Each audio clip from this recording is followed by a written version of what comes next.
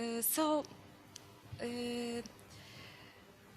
title of my presentation is Migration and Literary Translation and Reception as Political Acts. Migration seems to be a part of the human nature, and the agitated 20th century, however, caused migratory movements on an unprecedented scale, particularly during the Second World War and immediately after. This paper focuses on the Polish diaspora in the aftermath of the Second World War. It is divided into 4 parts.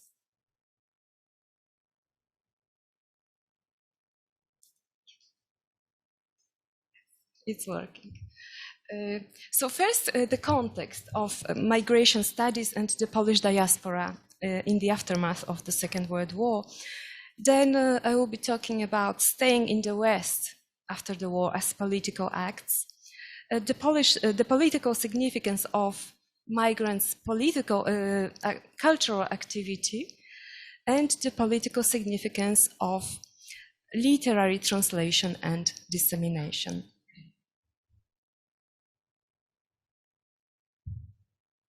For the Poles, for the Polish people, the end of World War II brought about not liberation, as Soviet propaganda proclaimed, but a renewed occupation by the Soviet Union. Hence, emigration was often a political act, as were many cultural and educational activities performed by these exiles or émigrés, terms which I will be using interchangeably together with the term diaspora. In fact, Polish migration studies are still debating over an appropriate term that would be accepted across academia and administration. The paper examines the question of migration and related cultural activities comprising literary translation and reception. It draws on various primary sources, including publications of the time, émigré, clandestine, and official, communist, as well as published and unpublished archival material from Poland, England, and France. The paper also draws on various secondary sources, as migration and diaspora studies have experienced a steadily growing interest, as revealed by the many research centers, journals, and book publications around the world. It is certainly bound to still increase in the recent with the recent development of the Russian invasion of Ukraine and other ongoing conflicts. The field is inherently interdisciplinary, crossing over several disciplines such as politics, law, history, sociology, and culture, to name a few. Accordingly, migration and diaspora have been approached from very diverse perspectives. Journals such as the esteemed International Migration Review by the Center for Migration Studies in New York, the Oxford-founded Refugee Survey Quarterly, Routledge's Ethnic and Racial Studies, the European Journal of Migration and Law, or Diaspora Studies and Migration Studies, which offers a more methodological and theoretical focus, already signal this diversity. There have been attempts at comparative studies of exile politics, such as that of various European communities in Britain during the Second World War, but also attempts, for instance, at an international look at culture and migration, for example, in the journal Crossings, Journal of Migration and Culture. The British Routledge series, Studies in Migration and Diaspora, currently count with 59 volumes, also engages in the variety of cultural, social, and political implications of moving. A similar trend is seen in the Polish academia. The two main universities have migration research centers, the Polish Center of Migration Research at the University of Warsaw and the Institute of American Studies and Polish Diaspora at the oldest Polish university, the Jagiellonian University in Krakow. There are journals with international editorial boards. Some have a general and often contemporary focus, such as Migration Studies, a review of the Polish diaspora by the Jagiellonian University, with the Committee of Migration Research of the Polish Academy of Science, or the Polish Migration Review published by the Emigration Museum in the north of Poland, Gdynia. Others are more sharply focused, for example, the Central and Eastern European Migration Review, dealing with migration within, into, and out of that region by the Warsaw Research Center jointly with the Polish Academy of Science. Steadily, senior and junior researchers are mapping out the area unwelcome during the communist times, that of the post-war political exiles and their political and cultural legacy. Books such as Polska Diaspora and the three-volume series, The Second Great Emigration, still provide a fairly comprehensive and methodical basis for future studies. The first examines Polish settlements across the world and time. The latter analyzes closely the diaspora's political life, post-war diaspora's political life, its participation in international politics, its social and cultural life. The Archives of Polish Emigration in Toruń is the keeper of many papers, personal papers of many Polish prominent exiles, and it issues a regular journal, the Archives of Emigration. And new volumes keep coming up, also focusing, for example, on the phenomenon of a Paris Cultural Center during post-war times called Kultura, and its publisher Literary Institute. On the other hand, advances in cognate areas often shed new light on the questions of Polish post-war migrants, on their cultural activities, cultural and political legacy, which often inevitably are also linked back to politics. These include research on the CIA-funded USA's book distribution program across the Soviet-occupied Europe, on Polish communist censorship, or works on the clandestine publishing in Poland during communist times.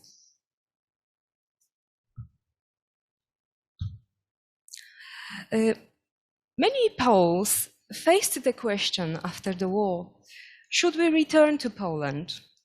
The home of many was no longer within Polish borders. Others faced the question, should we try to leave Poland? Some were forcibly repatriated, particularly those in the Soviet occupational zone in Germany. Often, the other occupational powers would apprehend escapees and hand them over to the Soviet authorities. Yet, there were also some last-minute refugees who managed to flee the Soviet-occupied country towards the end of the war and immediately after. Overall, it is estimated that around 500,000 Poles in a position to choose decided to remain in the West after the war. This excludes people exiled to Soviet territories. For many of these migrants or exiles, the decision was largely political. Such an important decision is naturally a result of multiple factors at play, including concerns for one's physical safety under the undemocratic regime that was already using the Red Army and violence to establish itself. Nonetheless, the émigré press, letters, and memoir, as well as various official documents, indicate that often the political factor was crucial in that decision. Before the war, Poland had secured an alliance with France and Britain in case of a German attack.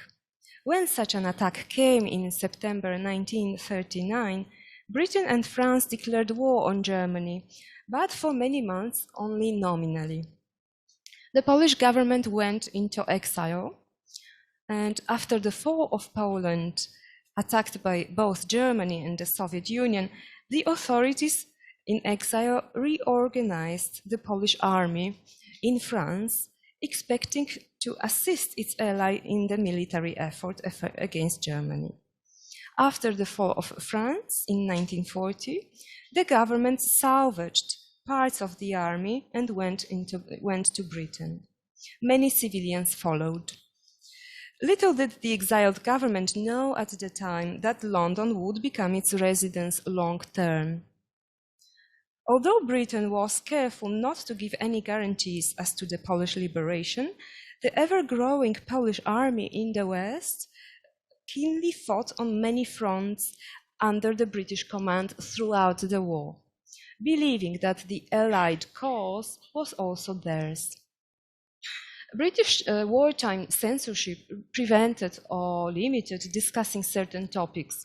In the UK, for example, a few Polish well-known magazines that protested the Allies' appeasing attitude towards Stalin were closed, including a respected pre-war Wiadomości. When publishing became freer again after the war, the discussions testify to the shock, disbelief, and indignation, and a sense of betrayal that followed the discovery that the Allied forces had placed their country in the Soviet sphere of influence, annexing nearly half of its territory to that country, leading to even more massive displacements, and acquiesced to Stalin's installing of a puppet government in Warsaw through violence and coercion. They also illustrate the dilemma that followed this new political reality between emigration and repatriation. Many who decided to stay in the West wanted to believe that it was only a temporary state because they would soon be able to return to free Poland, that this undemocratic political reality was untenable. Among those were the military personnel, including its top leaders, who anticipated World War III to break out soon and readjust the political situation of Poland to its favor. Former soldiers were given a free choice over the decision whether to stay abroad or repatriate. The British command encouraged repatriation, most infamously by the British Foreign Minister's letter to each Polish soldier, but so badly translated that it was full of linguistic errors. Many soldiers with their families and many civilians did return to Poland, but many remained in the West, intent on working towards and staying prepared for the eventuality of a Third World War. The leaders of the now demobilized Polish army conferred various times with the USA's administration. There were hopes that in the face of that conflict of the Third World War, there were hopes for freeing not only Poland, but also other Soviet-occupied states. Many Poles abroad refused to accept that such a blatant violation of law and democratic rules was tolerated by the democratic Western allies. To some, the decision to stay in exile seemed the only available gesture of protest. The residence in the democratic West would be a living testimony to the Eastern aggression and Western complicity. Initially, it even seemed that going to the occupied country could be seen as an assent to the new shape of Poland and its authorities imposed by a foreign power. This was particularly true of the circles connected with the Polish government in exile in London, deposed by the Allied countries in July 1945 in favor of Stalin's puppet administration in Warsaw. Though divided, they claimed to be the legitimate representatives of free Poland, those in London. They rejected the wartime and post-war political agreements that placed their country in Stalin's power with all its undemocratic consequences. They demanded the return of cities of Lviv and Vilnius with important Polish heritage, the removal of the Soviet army from the Polish territory, and holding free and unfettered elections. For this uncompromising stance, they came to be called indomitable. Rather unsurprisingly, the former Polish authorities acted as if they continued to represent the free and therefore true Poland. This continued until 1990, when they bequeathed the presidential insignia to the first freely elected president in post-war Poland. Within their means, they tried to influence the global politics by participating in events, sending manifestos and protests. In short, they tried to be a living testimony to the Polish fate and not let the Polish cause be forgotten on the international scene. It were these Poles in London who perhaps most strongly can be described as the post-war independentist emigration. Yet no less independentist were others who stayed in the West, resigned to the new political reality and resigned also to the idea of independentist work awaiting possibly long term, not just temporarily. Staying in the democratic West carried with itself the possibility of acting on the international political scene unencumbered by the Soviet regime. If that was the natural domain of the former government in exile, their legitimacy claims were not always the most efficient of channels. Some other émigrés or organized initiatives were more successful here. For example, Zbigniew Brzeziński, in exile with his parents in Canada, became a counselor and national security advisor to the presidents of the United States. This more pragmatic, resigned attitude, this more pragmatic view than London's indomitable stance towards the new geopolitical situation of Poland was propagated, for example, by the circle of the journal Kultura, meaning culture, which was a Polish cultural and political monthly published in Paris. It was issued by the Literary Institute, which published books. Both had been still set up in Rome, where much of the Polish army saw its demobilization after the end of the Second World War. They too stayed in the West for political work from a freer modus operandi than the occupied homeland, but outraging many other exiles, they started from accepting the new shape of Poland and the loss of the cities of Lviv and Vilnius as facts, upon which to build a peaceful future. They also sought to influence the thought and politics behind the Iron Curtain. Over the long years of activity, they would attract many leading intellectuals concerned with the freedom of thought and political freedom. And today, Kultura's archive is in the UNESCO's Memory of the World Register. In all this, Polish exiled intellectuals had a not so distant model to draw on, that of the 19th century independentist exile tradition, of the period of partitions where Poland was partitioned by the neighboring Austria, Russia, and Prussia in the 19th century. The phenomenon came to be called the Great Emigration, and it saw many political and cultural figures ending up in exile, often in France, Britain, and the United States. For example, the so-called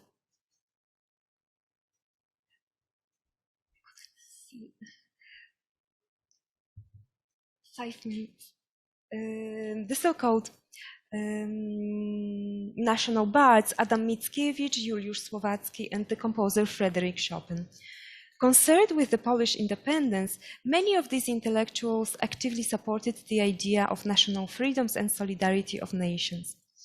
Some contributed to the European revolutionary thought already those emigres had founded various political groups and tried to found military regions in various parts of the world ready to fight for the Polish independence.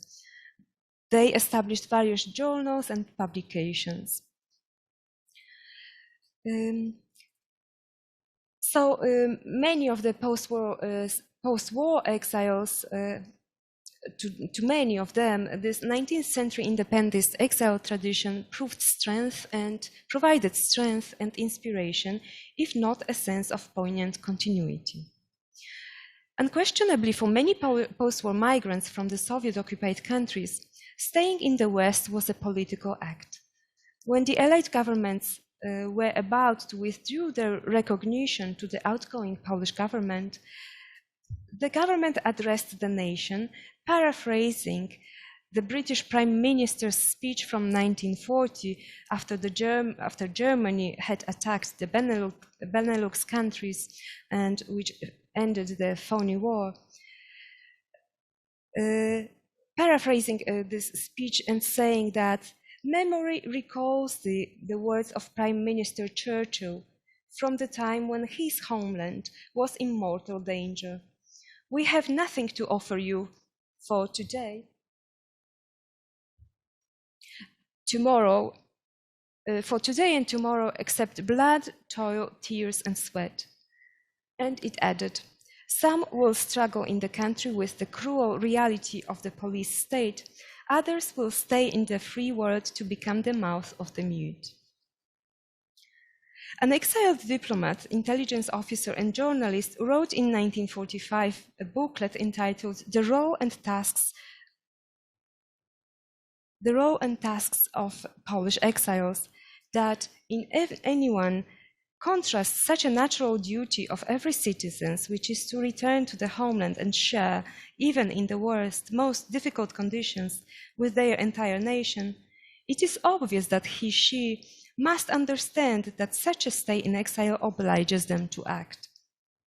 Unquestionably, that action's first and foremost aim was to regain independence.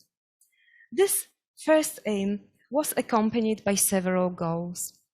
The mentioned booklet specified some of these goals, claiming that the task of the émigrés is to do everything that is needed to sustain the idea of Polish statehood, of Polish political sovereignty, Polish spiritual independence, and Polish political and social thoughts, which will be impossible to do for the society in Poland under the occupation of hostile politics.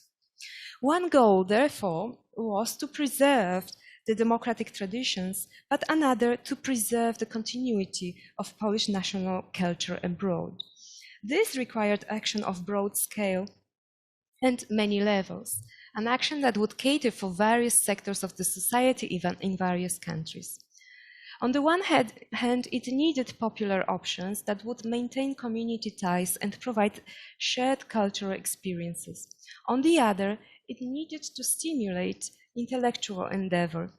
Further still, it required educational options for the next generation.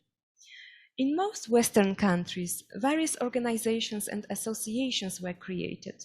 In London alone, the capital of the post-war independentist immigration, a myriad of new cultural, religious, and social institutions was established that supported diverse sectors of the migrant community.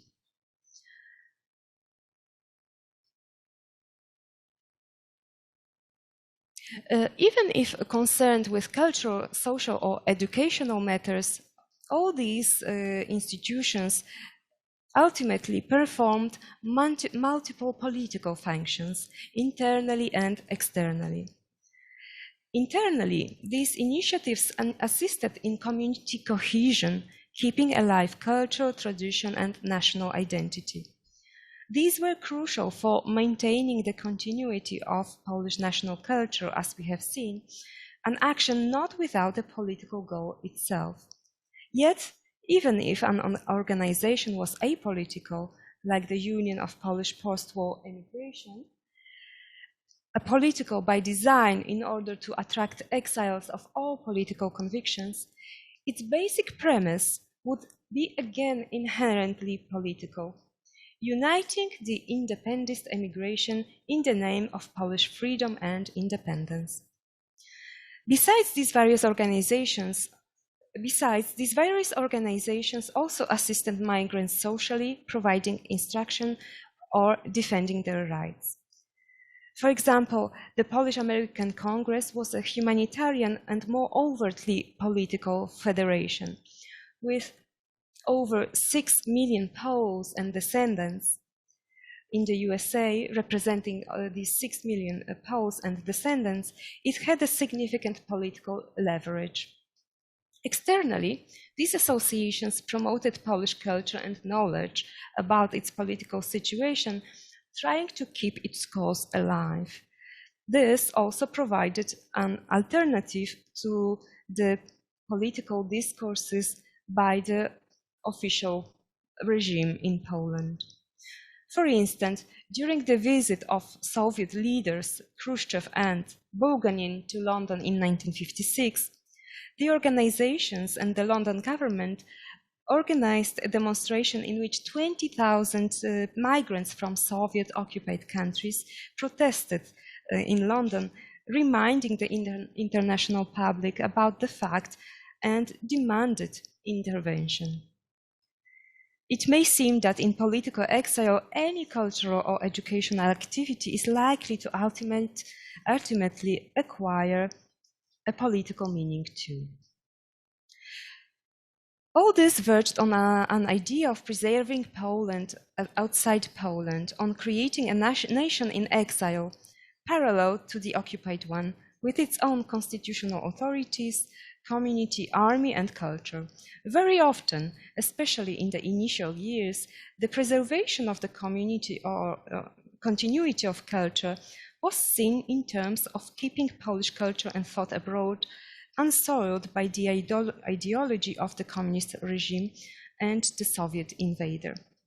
So preserved, it would be then grafted back when the country became free again. For instance, the London-based Union of Polish Writers Abroad issued resolutions discouraging its members from publishing behind the Iron Curtain, even after the watershed of the 1956 thaw.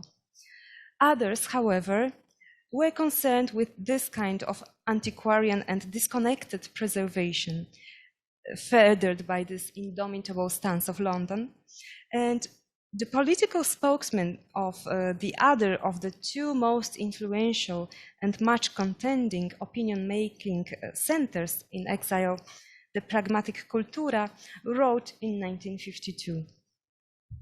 A permanent state of emergency applies to everything. Nothing is allowed. It's not the time to do anything. Above all, nothing must be changed. Surviving means delivering to the free country that Ark of the Covenant, which, according to the émigré faith, is deposed in our hands. Even if we don't achieve anything and not even try to achieve anything, when we come back with this Ark from exile one day, the nation will welcome us with flowers. This is our mysticism.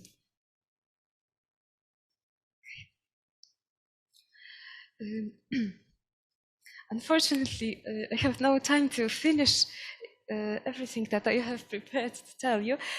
So maybe quickly I will try to say, summarize what I wanted to say. That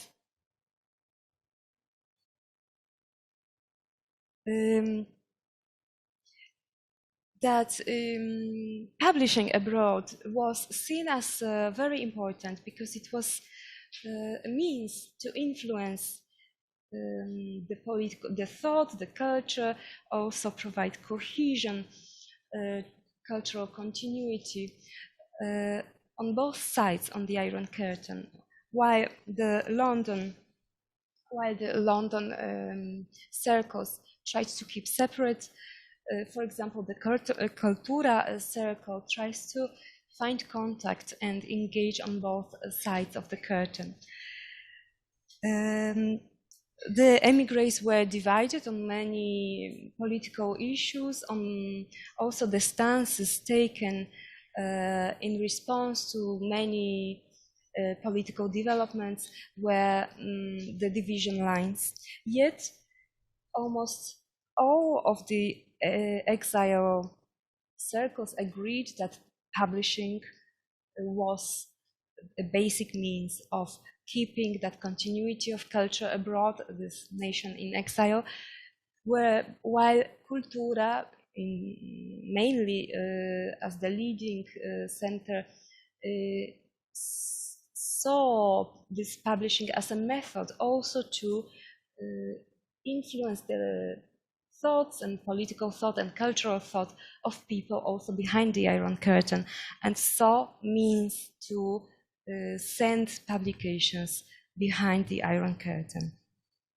And literature and for example, Cultura's editor said that publishing books is not my profession, only a means of my political work. So even literature and translation were political acts, were treated, in fact, instrumentally in this sense. Even if it was literature translated, published, and smuggled into the communist country, it was often treated instrumentally. I am afraid I have to finish here. Yes. Do I have to finish now? Yes. Okay. So hopefully we will publish the papers in the conference proceedings, and you will be able to read the conclusions. Thank you very much.